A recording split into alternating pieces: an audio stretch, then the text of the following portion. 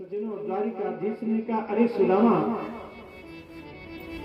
एक बार तुमने चोरी किया, निर्धनता को प्राप्त कर लिया। सज्जनों, सुदामा जी महाराज एक बार चोरी किए थे, तो संदीपनी गुरु जी के यहाँ पढ़ने गए ना, तो वहां सुदामा जी भी थे और हमारे कृष्ण कन्हैया जी थे। और वहां गुरुकुलों का नियम था कि ड्यूटी लगती थी जंगल में लकड़ी बीनने की। एक दिन नंबर लग गया सुदामा और कृष्ण का लकड़ी जंगल से लाने के लिए। गुरु माता ने सज्जनों चने दे दिया, सुदामा जी को संभला दिया। सुदामा जी, जब लकड़ी बीनते तुम दोनों मित्रों को भूख लग जाए तब दोनों मित्र मिल बांट के खा लेना। सज्जनों, सुदामा जी और हमारे कृष्ण पहुंच गए जंगल में, लकड़ी बीनना प्रारंभ किया और लकड़ी बीनते बीनते सज्जनों घनघोर बारिश प्रारंभ हो गई। घनघोर बारिश प्रारंभ हुई। एक पेड़ के नीचे सुदामा जी और एक पेड़ के नीचे कृष्ण कन्हैया। सज्जनों, इधर सुदामा जी को भूख लगी, चना की याद आई, चना निकाल करके खाना प्रारंभ किया। और एक बात बता दूं, मैं आपसे, खाने पीने में ब्राह्मण कुछ आगे होते हैं। वृंदावन बिहारी लाल की जय। सुदामा जी चना को खाना प्रारंभ किया। कच्चे चना दांत कटकटा रहे थे। कन्हैया ने पूछा, अरे सुदामा भैया, दांत क्यों कटकटा रहे हैं? बोले, भैया ठंडी लग रही इसलिए दांत कटकटा रहे हैं। सारे चनों को खा गए। और एक बात बता दूं मैं आपसे, कहते हैं गुरु से कपट, मित्र से चोरी, या हो निर्धन या हो मोही। सज्जनों, गुरु से कभी छल कपट नहीं करना चाहिए और मित्र से कभी चोरी नहीं करना चाहिए। नहीं, या तो निर्धनता प्राप्त होती है या तो कुष्ठ रोग हो जाता है। वृंदावन बिहारी लाल की। सज्जनों, हमारे गोविंद ने कहा, सुदामा, तुमने एक बार चोरी किया, निर्धनता को प्राप्त कर लिया, क्या दोबारा चोरी करना चाहते हो क्या? अच्छा, एक बात और बता दूं मैं आपसे, रहस्य की। सुदामा जी चोरी से चना खा गई तो केवल दंत कथा है, ऐसा शास्त्रों में उल्लेख है। सज्जनों, जो प्रशांत आत्मा जितेंद्रिय हो, इतना भगवत भजन करने वाला हो, तो क्या भगवान के हक के चने को खा सकता है क्या? तो नहीं सज्जनों। सज्जनों, सुदामा और कृष्ण की बड़ी मित्रता थी। एक बार की बात है, एक बुढ़िया थी, गरीबीन बुढ़िया। जब खेत कट जाता है ना, खेत के लिए आप लोग देखें, खेत जहाँ चने गेहूं होते हैं, जब खेत काट लिया जाता है उसके बाद उसमें जो चने पड़े रहते हैं खेत में, तो बुढ़िया जो है उनको जो है सिलोन चवृत्ति कहते हो, सिला कहते हो, सिलोन चवृत्ति। एक बुढ़िया उन चनों को एक एक उठा करके पोटली इकट्ठा किया और सज्जनों पोटली को इकट्ठा करके घर में रख दिया। और उस बुढ़िया के घर में कुछ चोर जो है चोरी करने के लिए आए और सामान तो ले ही गए, पर उन चना की पोटली को भी ले गए। सज्जनों, बुढ़िया जो है तपस्विनी थी, उन चोरों को श्राप दिया कि अरे चोरों, अगर मेरे उस चने को खाओगे तो जिंदगी भर निर्धन ही रहोगे। और वो चोर जो है उस चने को चुरा करके, कहते हैं, सांदीपनी गुरु जी के आश्रम में छोड़ दिए। और वही चना आज गुरु माता जी ने सुदामा जी को संभलाया और कहा कि दोनों मित्र मिल बांट के खा लेना। सज्जनों, सुदामा जी महाराज बड़े ज्ञानी थे। सुदामा जी के मन में ऐसा हुआ कि अगर मेरा मित्र कृष्ण भी इन चनों को खाएगा तो निर्धन हो जाएगा, इसलिए मैं स्वयं निर्धनता को भले स्वीकार कर लूं, लेकिन मेरा मित्र निर्धन ना हो, गरीब ना हो।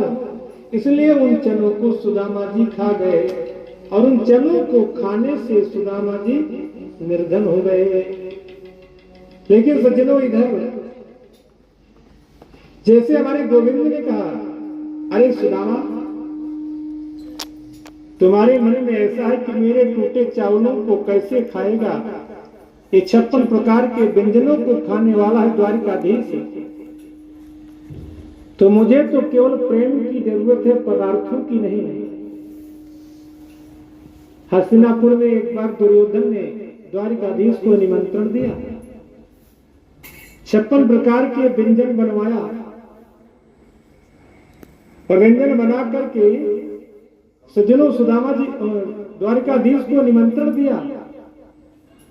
द्वारिकाधीश ने उसके 56 प्रकार के व्यंजनों को ग्रहण नहीं किया। दुर्योधन ने कहा, अरे कृष्ण, इन मेरे 56 प्रकार के व्यंजनों को क्यों ग्रहण नहीं कर रहे हो? द्वारिकाधीश ने कहा, अरे दुर्योधन, भोजन 2 प्रकार से होता है, या तो खिलाने वाले का प्रेम या तो खाने वाले की परिस्थिति। तुम्हारे अंदर कोई प्रेम नहीं है और मेरी कोई परिस्थिति नहीं है। सज्जनों, वही द्वारिकाधीश उसी हस्तिनापुर में जाकर के विदुर जी के घर में केले के छिलके खाए। भगवान ने कहा, अरे सबसे ऊंची प्रेमो सगाई, सबसे ऊंची प्रेम सगाई, सबसे ऊंची प्रेम सगाई, सबसे ऊंची प्रेम सगाई। दुर्योधन की मेवा त्यागो, दुर्योधन की मेवा त्यागो, दुर्योधन की मेवा त्यागो, सागिर